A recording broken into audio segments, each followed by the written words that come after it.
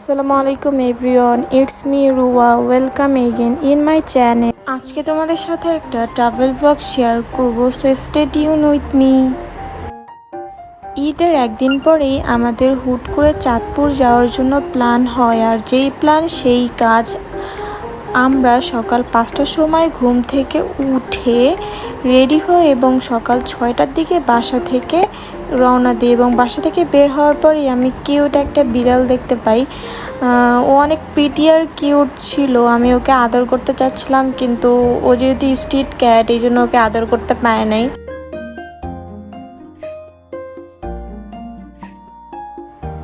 সকালের নিরিবিলি পরিবেশটা আসলেই অন্যরকম। সকাল সকাল তাড়াহুড়া রেডি হওয়ার সময় আমি ভালোভাবে হেজাব পরতে পারি না। Now I am struggling with my হেজাব।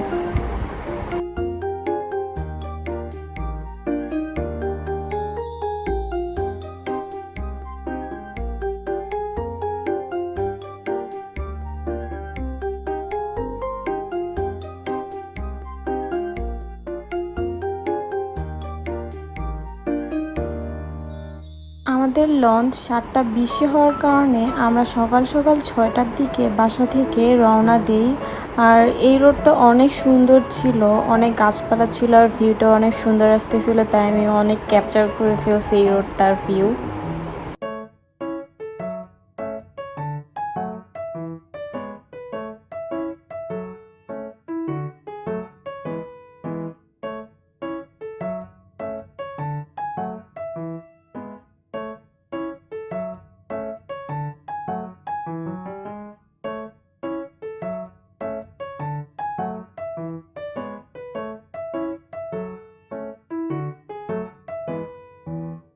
রাস্তায় তেমন জ্যাম না থাকার কারণে আমরা সদরঘাট সকাল সকালই এসে পড়ি।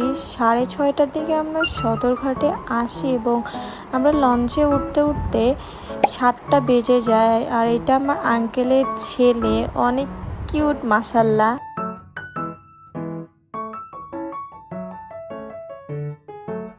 ঢাকা থেকে 7:20 আমাদের লঞ্চ ছেড়ে দেয়। আর লঞ্চের করিডোর থেকে বুড়িগঙ্গা নদীর ভিউ দেখতে আসলেই সুন্দর লাগতেছিল, আর সাথে ঠান্ডা ঠান্ডা বাতাসও ছিল। সব মিলিয়ে পরিবেশটা অনেক সুন্দর ছিল। আর আমি শুনেছিলাম যে বুড়িগঙ্গা নদীর পানি নাকি অনেক গন্ধ, অপরিষ্কার, কিন্তু আমি তেমন করে দেখতে পাইনি, অনেক পরিষ্কারই ছিল বুড়িগঙ্গা নদীর পানি।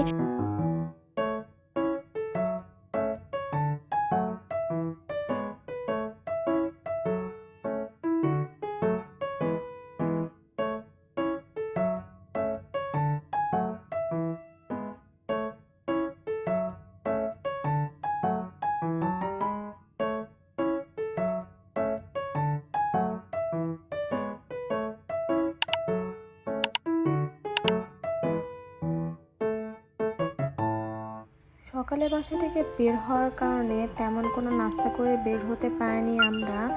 আর আমি নিয়েছিলাম শর্মা, মোটামুটি ভালোই ছিল, শুধু বানটা একটু আনকুক ছিল, আদারওয়াইজ ইটস ওকে।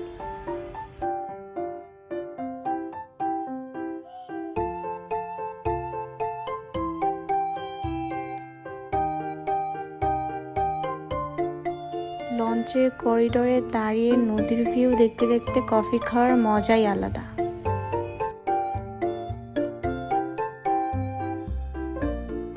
এই পপকর্নটা আমার বাবা এনে দিয়েছিল, দেখতে যদিও কালারফুল ছিল, বাট খাইতে একদমই ভালো ছিল না।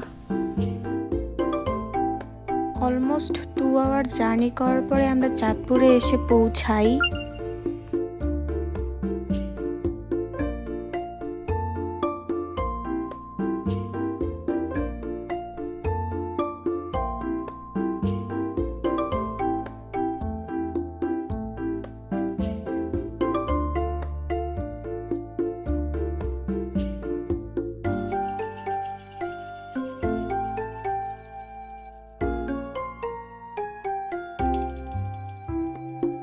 লঞ্চ থেকে নেমে আমরা চাঁদপুরের মেইন বাজারে যাওয়ার জন্য মিনি টেম্পো নিয়ে রওনা হয়ে যাই।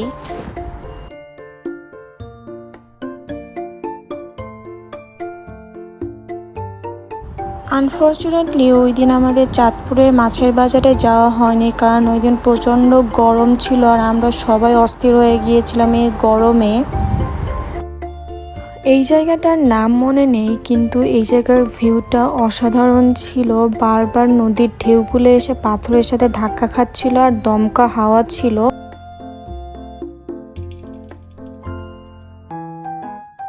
Then we are going for lunch. অনেক রেস্টুরেন্ট ঘোরাঘুরি করার পর আমরা এই রেস্টুরেন্টটাতে অবশেষে এসে বসেছিলাম, বিকজ বাহিরে এত গরম যে টেকা যাচ্ছিল না। আর এই একটা মাত্র রেস্টুরেন্টেই এসি সার্ভিস অন ছিল, দ্যাটস ওয়াই আমরা এখানে এসে বসি। আর এখানেও কিউট একটা বিড়াল দেখতে পাই আমি, অনেক প্লেফুল ছিল।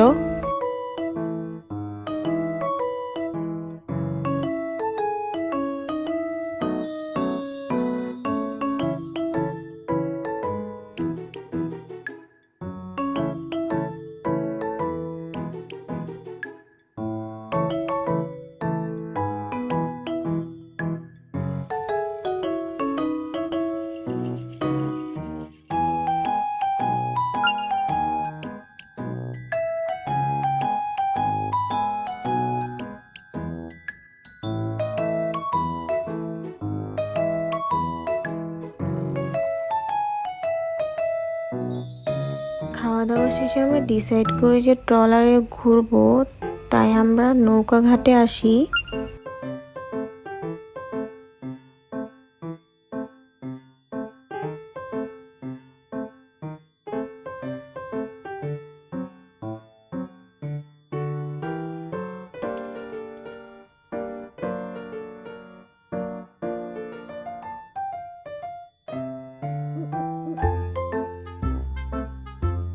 অ্যাকচুয়ালি আমরা এখন ট্রলারে করে মিনি কক্সবাজার যাচ্ছি। অ্যাকচুয়ালি আমি অনেক এক্সাইটেড ছিলাম মিনি কক্সবাজার দেখার জন্য। তো তোমরা যদি মিনি কক্সবাজার দেখতে চাও তাহলে পুরো ভিডিওটা দেখতে হবে।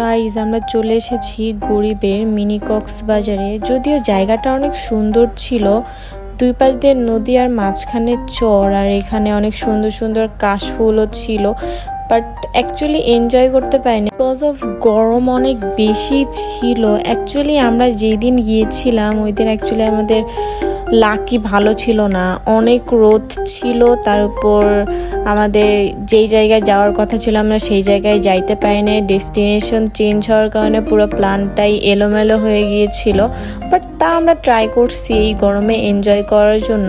আর মাঝখান দিয়ে আমার ফোনে চার্জও ছিল না, যার কারণে আমি অনেক কিছু ক্যাপচার করতে পারি নাই, সরি ফর দ্যাট।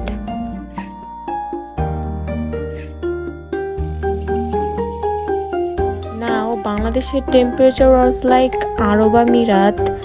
এত গরম যে টেকা যাচ্ছিল না উপর দিয়ে, আর আইসক্রিমও হাতে ধরে রাখা যাচ্ছিল না, আইসক্রিম গলে গলে পড়তেছিল।